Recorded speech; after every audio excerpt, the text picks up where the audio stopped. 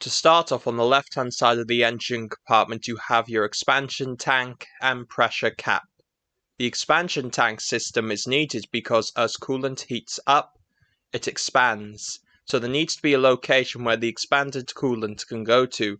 So that is why you've got expansion lines like this one to take the expanded coolant from the cooling system to the expansion tank. On top of the tank you have your coolant level sensor.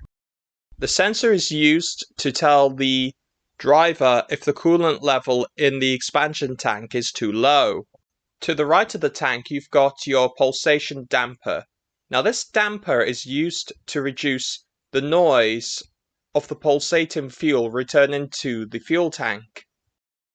To the left of the damper you have your pipe that takes fuel from the fuel tank to the fuel injection system. Just in front of the expansion tank you've got one of your dust covers to cover one of your recharge valves for your air conditioning system. To the left you've got one of your pressure sensors. Moving the camera more forward you've got your fuel filter. You've got a line here that takes fuel from the tank to the fuel filter, and also you've got two other pipes here that takes fuel to different parts of the fuel system. To the left of the fuel filter you've got a cover here that you can remove to gain access to the interior of the headlight. There is also electrical wires here that goes to an electrical connector so you can control and power that headlight. There is also a other service cover that you can remove to gain access to the interior of the headlight. Manufacturers, depending on the design of the headlight, will provide service covers so you can gain access to the bulbs of the headlight. This is your other dust cover for your other air conditioning recharge point. Just underneath the fuel filter you have your right hand chassis rail. Together with a other chassis rail on the other side are used to attach the engine and transmission to the vehicle. Moving the camera back to this location you have one of your engine mounts. Inside the mount you have rubber that reduces vibration going into the cabin. There is also a bracket here that connects the engine to the engine mount itself. Moving the camera to the rear of the engine compartment you have your brake fluid cap and tank. The brake fluid tank attaches to your master cylinder. When you operate the brake pedal, you move a push rod that pushes two pistons that pressurize your braking system and thus operating the brakes. Please note, this explanation has been overly simplified. In the back of the engine compartment you've got quite a few things here. You've got heat shielding that protects components from heat damage, emission control sensors to tell the engine control unit about what's happening in the exhaust system, one of your emission control devices that's part of your emission reducing system, and other components. Back in this location you've got your big air conditioning pipe. In this location you've got your timing belt cover. The cover is there to stop dust and debris from going into the timing belt system. Moving the camera to this location you have your engine cover. On the cover itself you've got the car manufacturer and TDI. TDI does not stand for turbocharged diesel injection, but in fact it stands for turbocharged direct injection. And this is because this diesel engine is turbocharged and the fuel is directly injected into the cylinders. Moving the camera to this location you have your mass airflow sensor and pipe that takes air to your turbocharger. This component here is your air filter box. Behind the box you've got your air filter element. The element is used to try and prevent dust and debris from going into the engine's intake system.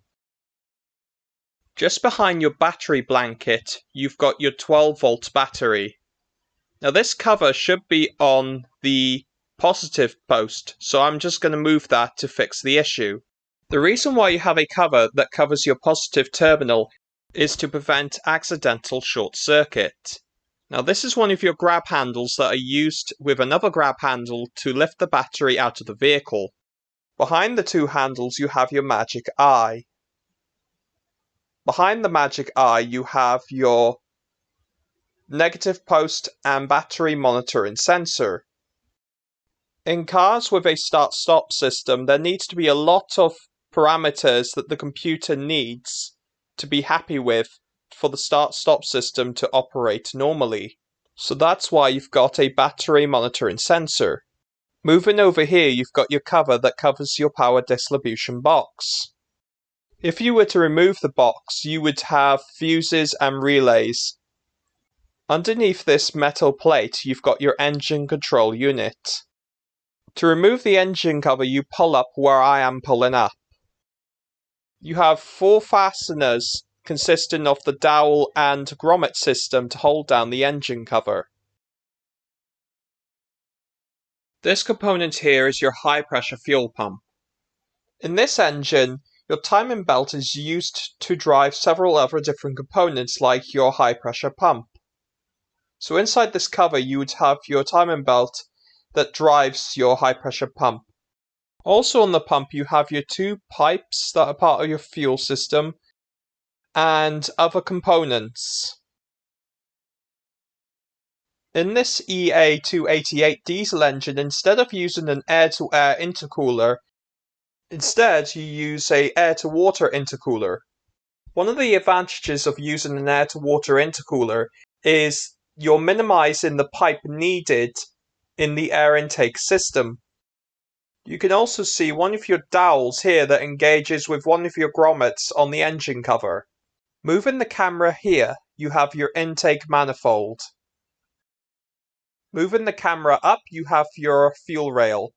Now, a fuel rail, or common rail as it's referred to in a diesel engine, is used to distribute the fuel at equal pressure to each fuel injector.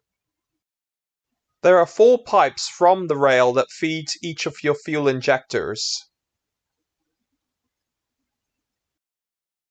Moving the camera up, you've got each of your fuel injectors here and here and here and here. Located just aft a tiny bit, you've got a component here that's part of your crankcase breather system. Also on the ejectors, you have each of your electrical connectors and each of your return lines. Over here, you've got your oil filler cap. This component here is used as one of your locations where you can attach an engine crane hook.